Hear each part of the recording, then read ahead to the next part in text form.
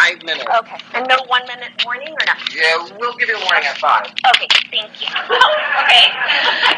Okay, good, because I did the ramble. Okay, so deadlines.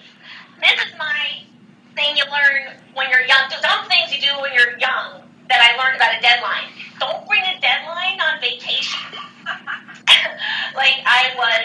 This was like 1987, and I was living in New York. I'm a clothing designer, and I was waiting on some bills, some CODs to come in, and I wanted to go to Italy.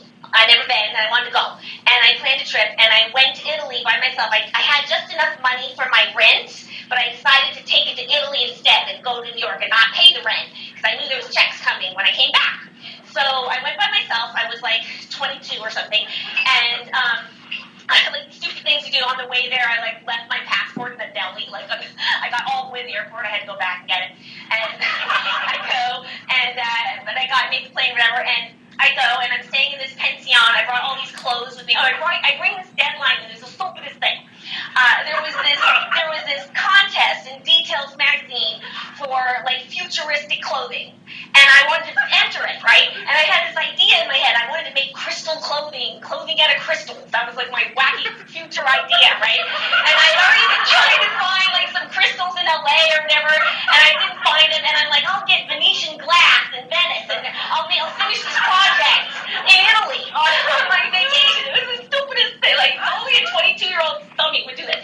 Anyway, so I did this. So I went to Italy. It was the most exciting trip, though. And then I had this stupid deadline the whole time. I go by myself. I bring all these clothes that I sell with myself. I used to make all these things covered in roses, and I was covered in flowers and wacky. It was 1988 or whatever. And I was staying by myself in this pension, and I met all these models. Immediately, I met all these models staying in my pension, and also they were using my clothes in the Prince tour, and it was the Love Sexy tour when he had that dancer Cat that used to see this a very long time ago. And the dancer, all these models I met had gone. They were all going to the Prince concert the minute I met them, and so I couldn't get to the concert with them.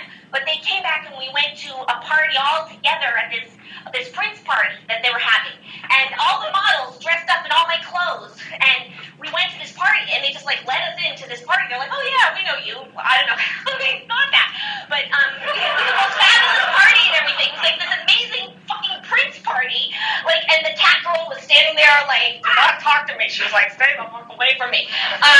So I didn't talk to her, and then that was really fun, and then the next night I went by myself to the Prince concert, because I'm the biggest Prince groupie. This is probably how the night I became one even more.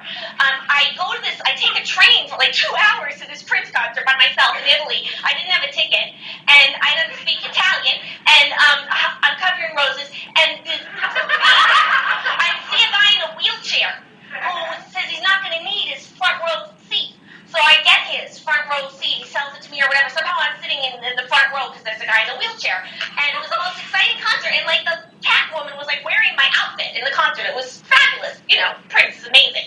And at the end of the concert, I'm getting ready to go home, and this boy comes up to me, this cute boy, and and says to me, he knocks me on the thing. He says, "Do you like drink?" And I'm like, nah, I don't speak Italian. I'm just going to go back to my hotel, forget it, And he's like, come on, you come with us, you have drink. He says with this friend of his. And I'm like, they talked me into it. And we're outside in the parking lot, next to this place, the Pala Trussardi, I remember that's what it's called. There was a disco trampoline park. And they tell me, it was a most wild trip. And the two of them, these boys, they tell me that I finally get it out of them in Italian that they're on acid. They're on acid, the two of them. And here's the thing, they were the ones that thought I was the crazy one. Okay, and they thought I was crazy. Later, his friend even told me that when they met me, his friend thought I was the crazy one, and they were on acid. And we go to this trampoline park, and it's amazing. We're disco trampolining, and I wind up then we go out to dinner, my first Italian meal, and I don't speak any of it. We're having this time. I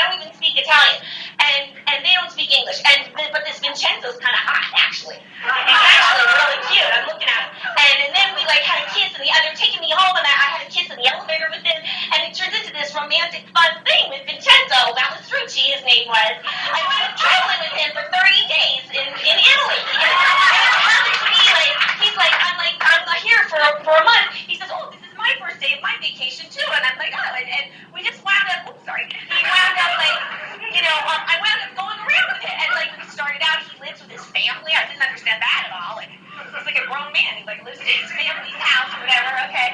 We stop there to get ready, and we go on this, like, travel trip, but my fucking deadline is, like, the thing of our whole trip. I kept having to stop everything so that we could make this crystal fucking clothing, and the thing was, like, the scourge of our romance. Like, we had this amazing romance around Italy. He did have this crazy mother of his baby that wound up chasing us in Italy, and we were kind and, like, one day he gets in the car, we're driving, and they're arguing in Italian. They have a kid together, and they're arguing, and she reaches for the back of the car and changes the gears while we're driving up the Renault, like, while they're arguing.